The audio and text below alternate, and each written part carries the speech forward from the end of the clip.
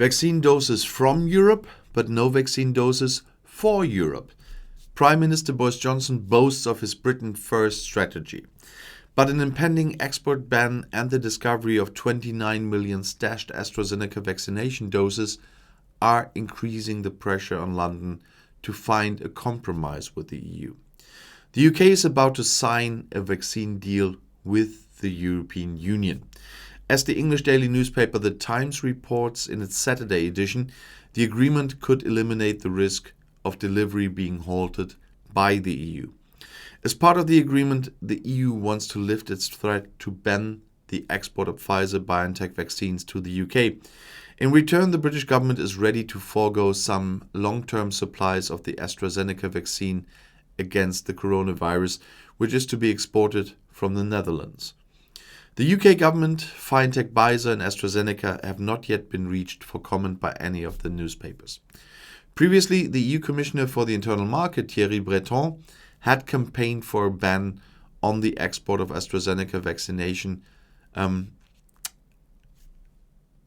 that means exports of AstraZeneca's corona vaccine should not be allowed until the company has finally fulfilled its delivery obligations to EU countries, said Breton. And he said, "We will make sure that everything stays in Europe until the company honors its commitments." And he said that on Friday evening. The export control mechanism tightened this week in the instrument for this. The announcement could exacerbate tensions with the UK, because London is hoping for deliveries from a Helix plant in the Netherlands, which officially received EU approval on Friday. For the EU states, the approval of the system and a possible export ban for AstraZeneca could mean that they get more of the contractually agreed doses. We now expect the vaccines that are manufactured in this plant to be delivered to the EU member states in the next few days, said Health Commissioner Stella Kyriakides. The manufacturer is extremely behind. AstraZeneca has promised the EU 120 million doses of corona vaccine for the first quarter, but only delivered 30 million, Breton said at a press conference in Spain. According to information from the EU Commission, only a little more than 17 million doses have arrived. Breton said they have the tools that they can control and that they have no drains, if he may say so. The EU has had export control since February 1st. Accordingly, manufacturers must have exports of corona vaccine approved.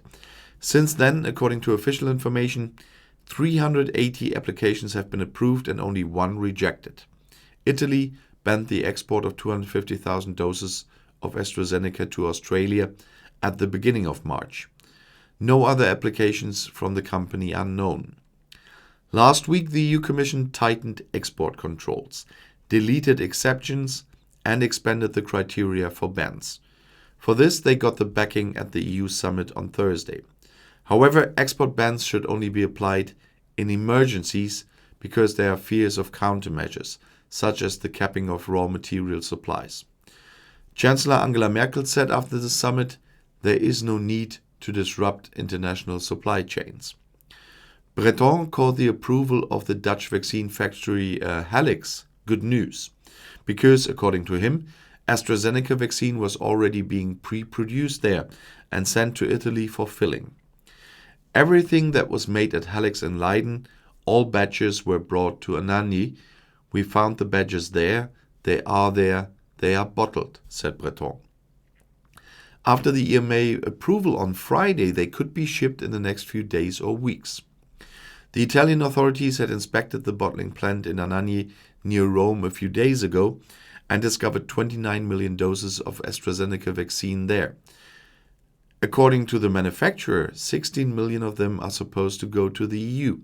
The remaining doses to the International COVAX initiative for poorer countries.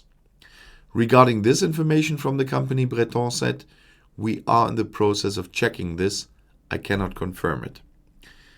Secured supplies from AstraZeneca and other manufacturers could alleviate the internal EU dispute over the distribution of the corona vaccines, which have so far been very scarce. Austria and 5 other states requested corrections at the EU summit on Thursday, but achieved little. The summit declaration confirms the previous distribution key according to population size. After hours of dispute, it was only agreed to negotiate an early partial delivery of 10 million vaccine doses from BioNTech Pfizer in a spirit of solidarity. This is supposed to fill some holes in the short term. So far, the distribution has been as follows. Basically, the states have access to a share according to their population size in the EU. For Germany, for example, that is just under 19%. If the country does not want its share or not entirely, other EU states can buy up the quantities. For example, some states were skeptical of the expensive vaccine from BioNTech Pfizer and relied more on the inexpensive product from Astrazeneca. So they fell behind.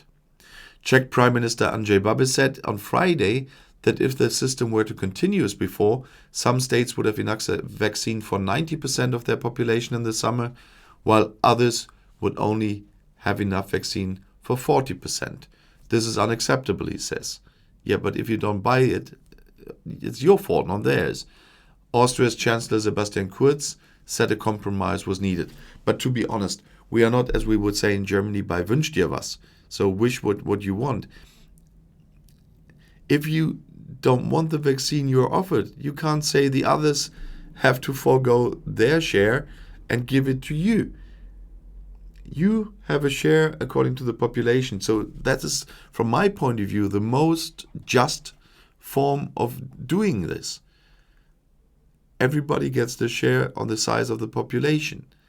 You can't be more fair on the distribution of the vaccine than that, because then everybody will have the same speed to get the certain percentage of his population vaccinated. But you can't play wünsch dir was. It's like people here I had discussions with, when they were skeptical about AstraZeneca, they said, I have an appointment, I don't want AstraZeneca, give me the other stuff.